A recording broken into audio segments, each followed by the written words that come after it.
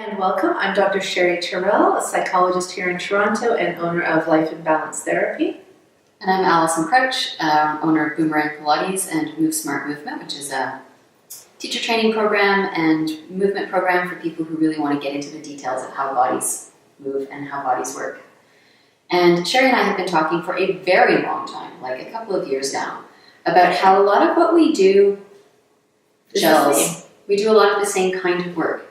And so I do mindfulness work with my clients, and I'm aware that for a lot of clients, the idea of meditation is challenging or off-putting. It's difficult to do in a way that's not challenging them in a way that's helpful. Right. And so we've started to develop ways of using movement as a mindfulness tool.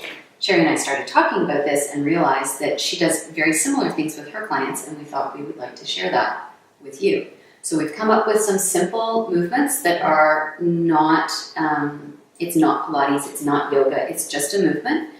No big choreography, because what we want to do is use those little movements as a tool to provide you an opportunity to settle into yourself and to be able to observe your body in action, which is why we call this Body in Action.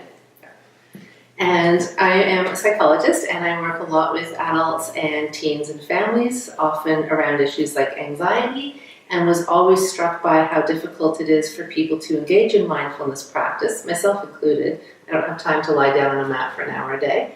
And being in Alison's Pilates classes for years, realizing that she has a real gift for getting people in touch with their body in ways that, therapeutically are not very typical. Mm-hmm. And so we've been working together and talking a lot, as you said, about how to combine it.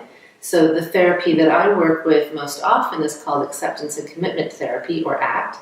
And it's really based in the idea that we as humans, just because we're living, we're going to suffer in some way. There's going to be tough stuff that shows up. Otherwise, you're not living in this life. No, you're not doing too much.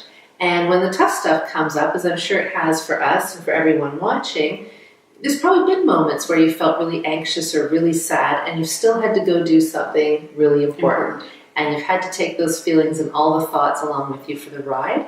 And that's what we're hoping to really impact and help you do more of.